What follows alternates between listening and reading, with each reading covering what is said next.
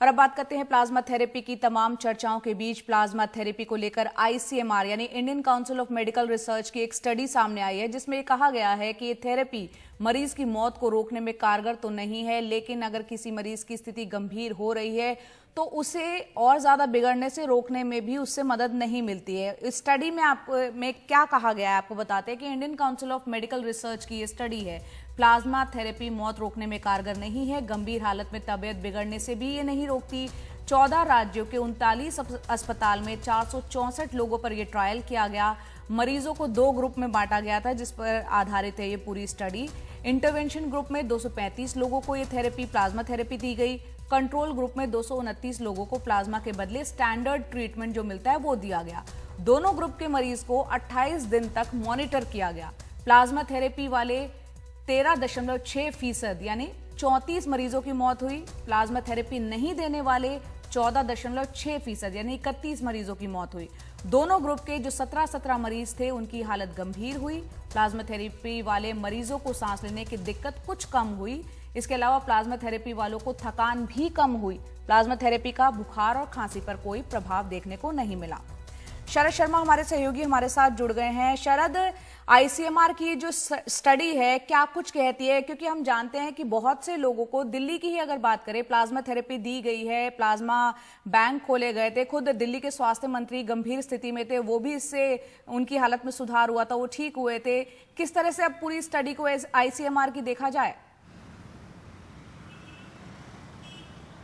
देखिए, क्योंकि आईसीएमआर एक रेगुलेटरी बॉडी है भारत में, तो अगर ये इसने स्टडी करी है और ये कह रही है कि ये कारगर नहीं है, तो फिर हमें यही मानना चाहिए कि अब बहुत ज़्यादा नीति निर्माताओं के पास प्लाज्मा थेरेपी के ऊपर करने के लिए कुछ नहीं होगा। क्योंकि जब एक स्टडी कराई गई, अभी तक यही कहा जा रहा था कि स्टडी करा रहे हैं और तब तक कंपैशनेट ग्राउंड पर, यानी कि किसी मरीज़ की अगर हालत ख़राब हो रही है तो आप ये दे सकते हैं। लेकिन जब स्टडी कराई गई तो ये पाया गया कि जिसको प्लाज्मा दिया गया, जिसको नहीं दिया गया, दोनों की हालत एक सी रही और दोनों ही केस में जो है मौत बराबर हुई है। हालत बिगड़ रही है तो प्लाज्मा देने के बाद भी बिगड़ रही है और बिना दिए भी बिगड़ रही है।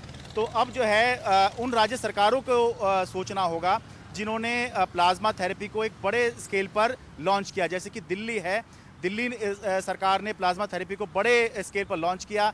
दिल्ली में देश का पहला प्लाज्मा बैंक भी खोला गया और मुझे लगता है कि 1000 से ज़्यादा लोगों को दिल्ली के अंदर प्लाज्मा थेरेपी दी भी गई। आपने बताया भी, सत्येंद्र जैन जो दिल्ली के स्वास्थ्य मंत्री हैं, उनको भी दी गई और वो खुद भी मानते हैं कि प्लाज्मा थेरेपी से उनकी जान बची। तो पहली बात तो अभी दिल्ली सरकार इस पर क्या कह रही है और दूसरी जो सरकारें हैं उनको भी सोचना होगा। लेकिन साथ ही साथ अब आईसीएमआर जो है वो जो दुनिया भर में ट्रायल चल रहे हैं, खासतौर से जो देश हैं अमेरिका, ब्राज़ील, स्पेन, ये भी प्लाज्मा का ट्रायल कर रहे हैं और एक्सपेरिमेंट वहाँ भी चल रहा है।